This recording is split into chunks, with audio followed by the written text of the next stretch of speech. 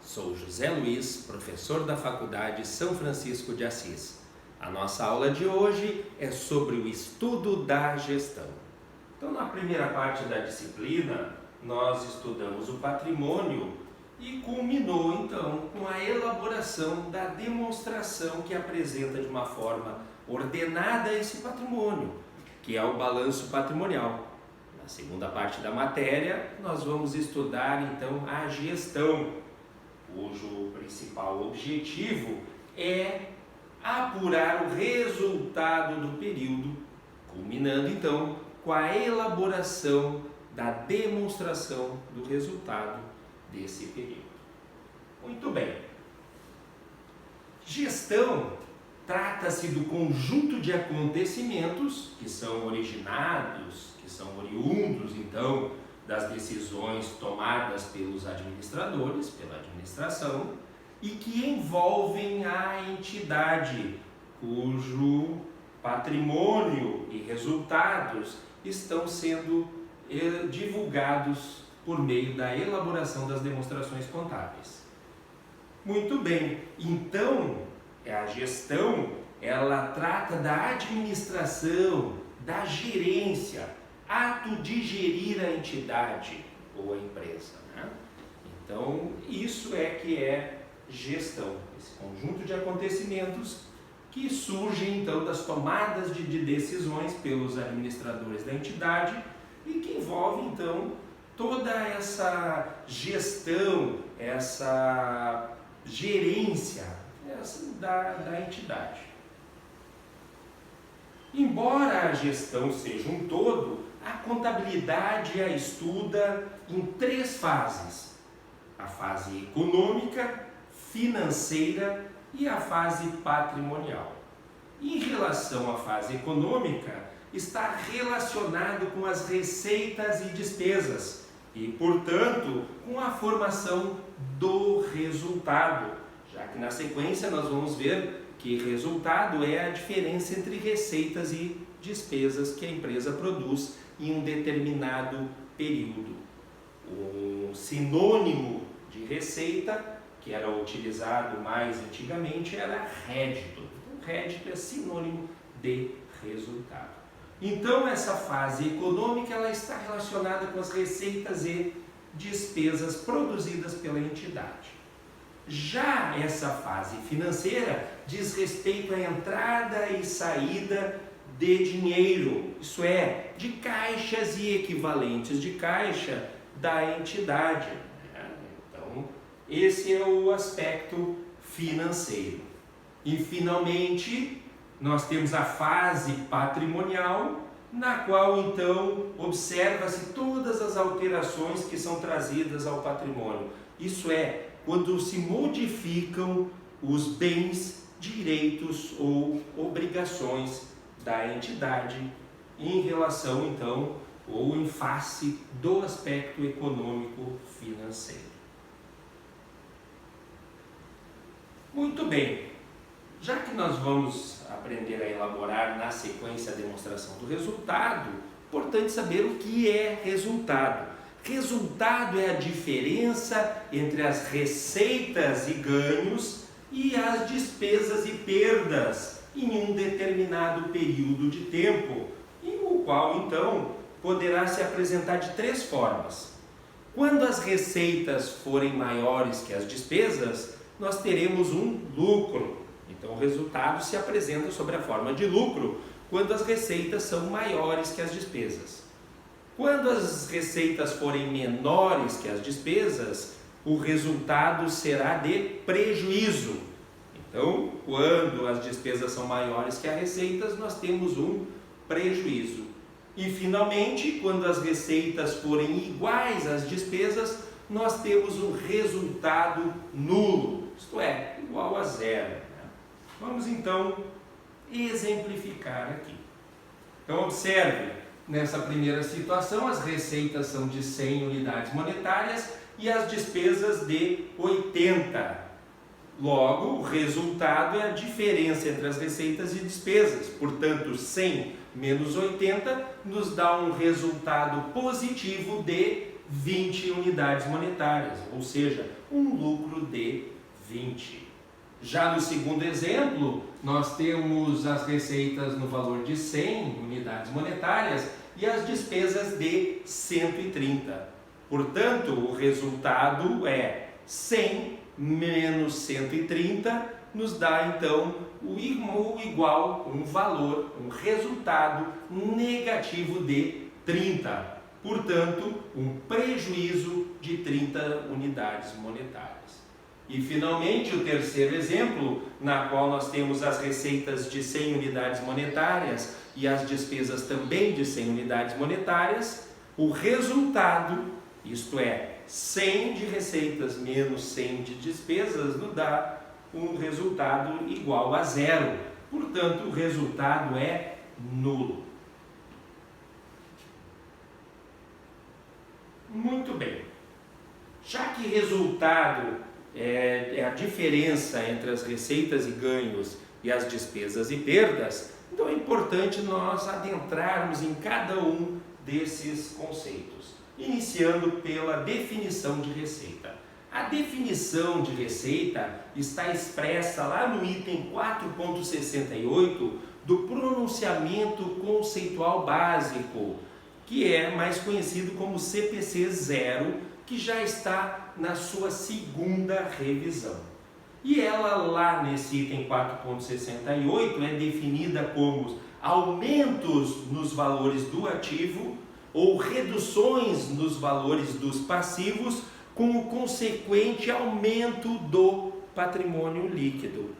A exceção, então, é dos casos de aporte de capital pelos acionistas, então, exceto aqueles referentes a contribuições dos detentores de direitos da entidade, isto é, dos acionistas. Então, de forma resumida, nós temos que receita é o aumento de ativo ou uma redução de um passivo com consequente aumento do patrimônio líquido. Muito bem. As receitas, elas surgem no curso normal das atividades da empresa. Então, elas são atividades usuais da entidade e são designadas por uma série de nomes, tais como receitas de venda, receitas de juros, dividendos recebidos, royalties recebidos, aluguéis recebidos, entre outros.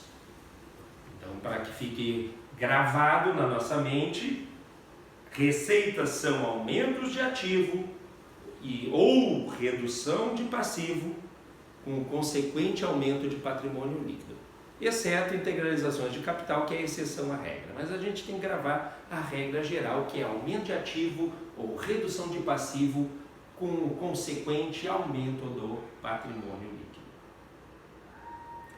Já os ganhos, eles representam outros itens que se enquadram na definição de receita, no entanto, eles são incidentais, isto é, eles podem ou não ocorrer. Um exemplo clássico de ganhos, e que a gente trabalha na disciplina, são os ganhos de capital, que surgem da venda de ativos não circulantes por um valor superior ao seu valor contábil. Vamos exemplificar aqui então um ganho de capital. Então, por exemplo, nós temos um veículo registrado na contabilidade por R$100.000 e uma depreciação acumulada registrada desse veículo de R$20.000.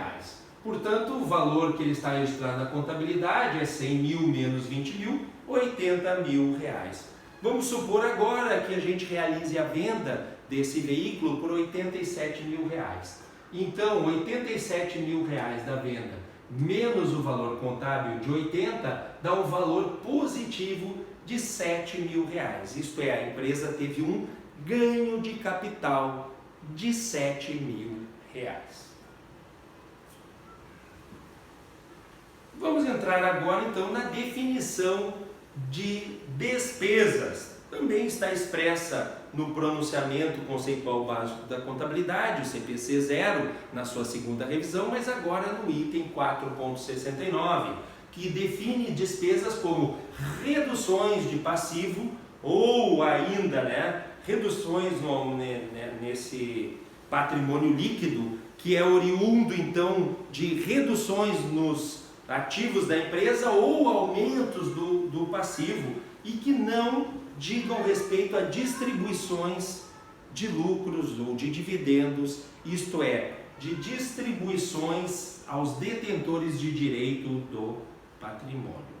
Então, como regra geral, nós podemos pensar que despesas então são reduções de ativo ou aumento de passivos com a consequente redução do patrimônio líquido, exceto distribuição de dividendos. As despesas, da mesma forma que a receita, elas surgem no curso usual das atividades da empresa. Então, elas são usuais, né? Elas ocorrem rotineiramente, tais como o custo das vendas, as despesas com salários, as despesas com depreciação, as despesas com aluguéis, as despesas com telefones, etc., né? Entre outras. Geralmente, então, as despesas elas tomam a forma de desembolso ou redução de ativos como caixa e equivalente de caixa, estoques ou ainda do ativo imobilizado.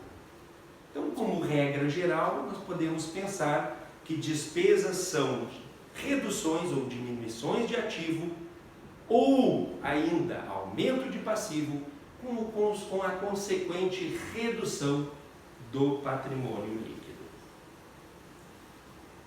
Já as perdas, elas representam outros itens que se enquadram então na definição de despesas, mas que são incidentais, isso é, elas ocorrem em determinado período e em outros elas não ocorrem, então podem ou não ocorrer.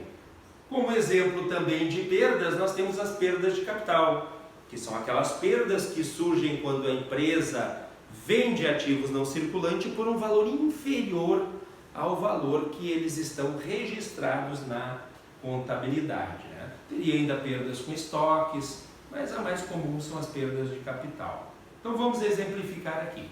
A empresa possui aquele mesmo veículo de R$100.000 com uma depreciação acumulada de veículos registrada na contabilidade de R$20.000. Portanto, 100 menos 20, o valor contábil do veículo na empresa é de R$80.000. Vamos supor agora que a entidade venda esse veículo por R$77.000. Portanto, R$77.000 menos 80.000 nos dá menos R$3.000, o que significa que a empresa então teve uma perda de capital, pois vendeu o veículo por um valor inferior àquele que ele estava registrado na contabilidade. Então agora passamos pelos 4 conceitos de receita, despesa, ganhos e perdas. E vimos que resultado era essa diferença entre as receitas e ganhos e as perdas e despesas. Muito bem.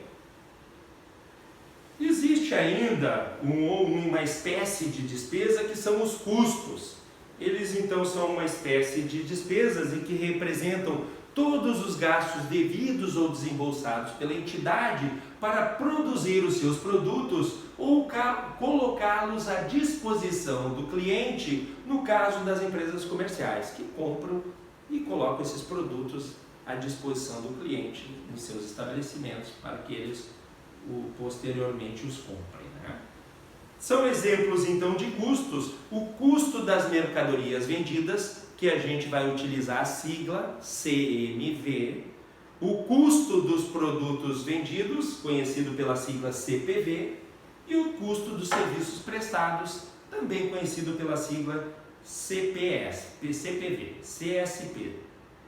Muito bem, então o que é importante de se deixar registrado aqui, que é custo, então é uma espécie de despesa, mas que representa aqueles gastos que foram desembolsados ou que serão desembolsados futuramente pela empresa para produzir os seus produtos ou ainda, no caso das empresas comerciais, para colocá-lo à disposição do cliente. Muito bem. Esse resultado ele deve ser apurado em um determinado período. Um primeiro conceito que então se estuda dentro do estudo da gestão é o período administrativo, que é a unidade de tempo, objeto de apuração do resultado parcial da gestão. Então, é uma análise de desempenho da gestão, se ela está indo bem ou mal. Então, o tempo como um todo ele pode ser dividido em unidades de tempo. Então, a empresa pode optar por apurar semestralmente seus resultados, trimestralmente, então a cada 3 meses, ou ainda mensalmente os seus resultados. O fato é, nós vamos ver que a obrigatoriedade para a maioria das empresas é de apuração anual. Mas períodos menores são importantes para que o gestor possa tomar decisões mais acuradas. Exercício social, por outro lado, é o complexo de atos da gestão que são praticados durante o período administrativo. Então, todos aqueles atos de gestão que são praticados durante o período administrativo é denominado de exercício social. O exercício social, de acordo com o artigo 175 da Lei 6404 de 76, ele terá duração de 1 ano e a data do seu término deverá estar estabelecida no Estatuto Social, no caso das sociedades por ações, e no contrato social nos demais entidades. Então, observem, exercício social, de acordo com a Lei das Sociedades por Ações, ele tem prazo de duração de 1 ano e a data de término dele deve estar definida no Estatuto Social. Portanto, não necessariamente é de 1º de janeiro a 31 de dezembro, pode ser de 31 de outubro até o outro ano lá no dia 30. Né? Então, a empresa que define em que período deve definir em seu Estatuto Social o exercício social. Muito bem, então, quando a demonstração do resultado diz respeito ao exercício social, ela é denominada demonstração do resultado do exercício, que é mais conhecida então como DRE. Quando a demonstração do resultado é elaborada em outro período que não o exercício social, a gente chama ela de demonstração do resultado do período a que ela se refere.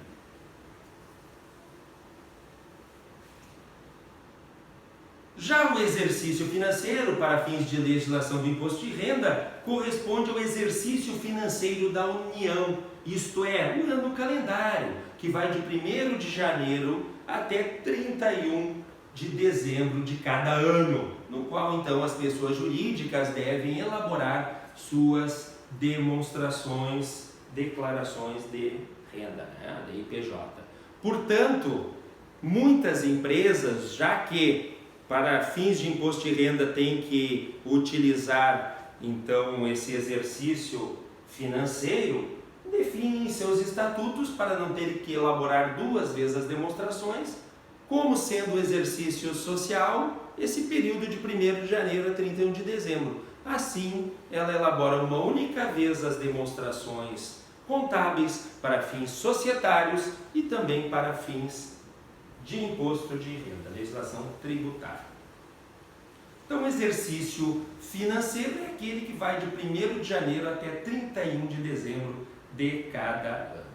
Muito bem, assim, conforme a gente viu, no mínimo anualmente, as entidades, então, deverão elaborar e apurar o resultado da gestão e apresentando para a sociedade, para os acionistas e para os credores, por meio da elaboração da demonstração do resultado do período, que será objeto de estudo nas nossas próximas aulas. Obrigado a todos e até a nossa próxima aula.